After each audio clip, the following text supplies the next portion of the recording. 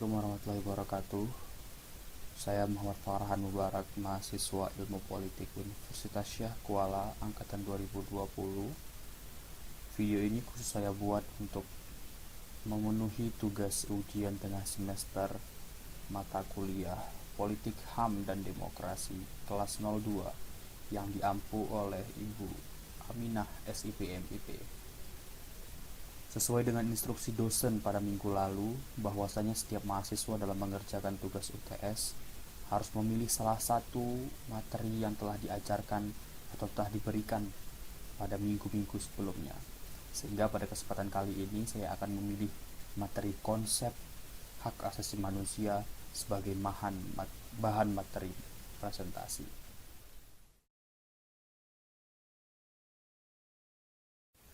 Di Indonesia sendiri, hak asasi manusia ini diatur dalam Undang-Undang Dasar 1945, yaitu pada pasal 27 sampai pasal 34. Kurang lebih pada pasal-pasal tersebut menjelaskan mengenai bagaimana negara sebagai penjamin hak-hak individu dalam hal menjamin ketersediaan kerja, kemudian bagaimana setiap warga negara berhak untuk mendapatkan pendidikan yang layak, berkehidupan, serta memeluk agamanya masing-masing.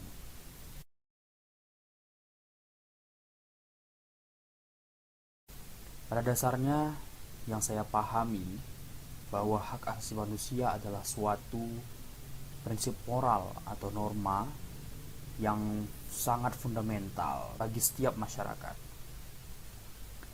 Sehingga sebenarnya konsep hak asasi manusia ini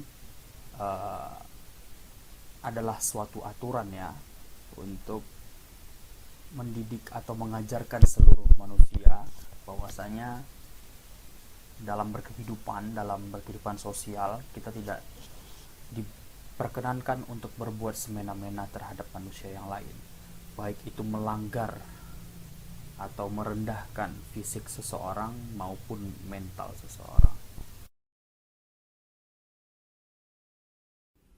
Untuk menjawab seberapa penting sebenarnya hak asasi manusia ini bagi manusia itu sendiri, yaitu kita, saya ingin mengaitkan jawabannya dengan tugas yang telah diberikan oleh dosen beberapa minggu yang lalu mengenai pandangan dua tokoh atau dua pemikir, yaitu Miriam Budiarjo dan Muladi, yang berpendapat bahwa hak asasi manusia itu telah ada pada diri manusia sejak ia lahir, bahkan dalam Undang-Undang Nomor 39 tahun 1999 menyebut bahwa anak yang dalam kandungan pun memiliki hak asasi manusia.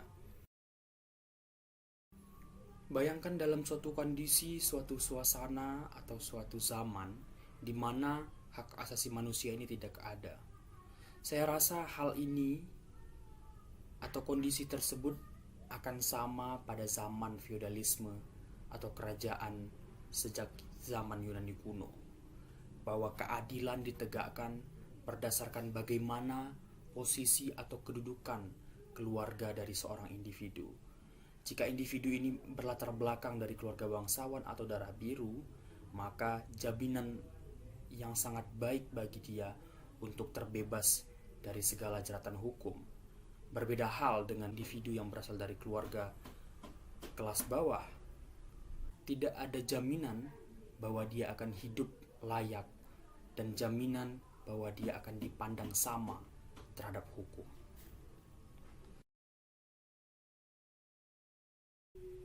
Di akhir, dalam menarik konklusi, saya ingin menyebut bahwa HAM adalah hak-hak dasar yang dimiliki oleh manusia sesuai dengan kodratnya.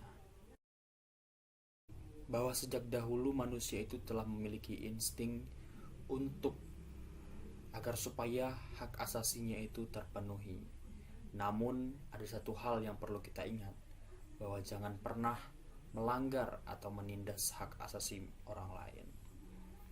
Dalam kehidupan warga negara, hak asasi manusia di Indonesia diatur dan dilindungi serta difasilitasi oleh pemerintah melalui Perundang-Undangan Republik Indonesia, di mana setiap bentuk pelanggaran hak asasi manusia baik yang dilakukan seseorang, kelompok, instansi, atau bahkan suatu negara sekalipun akan diadili dalam pelaksanaan peradilan HAM.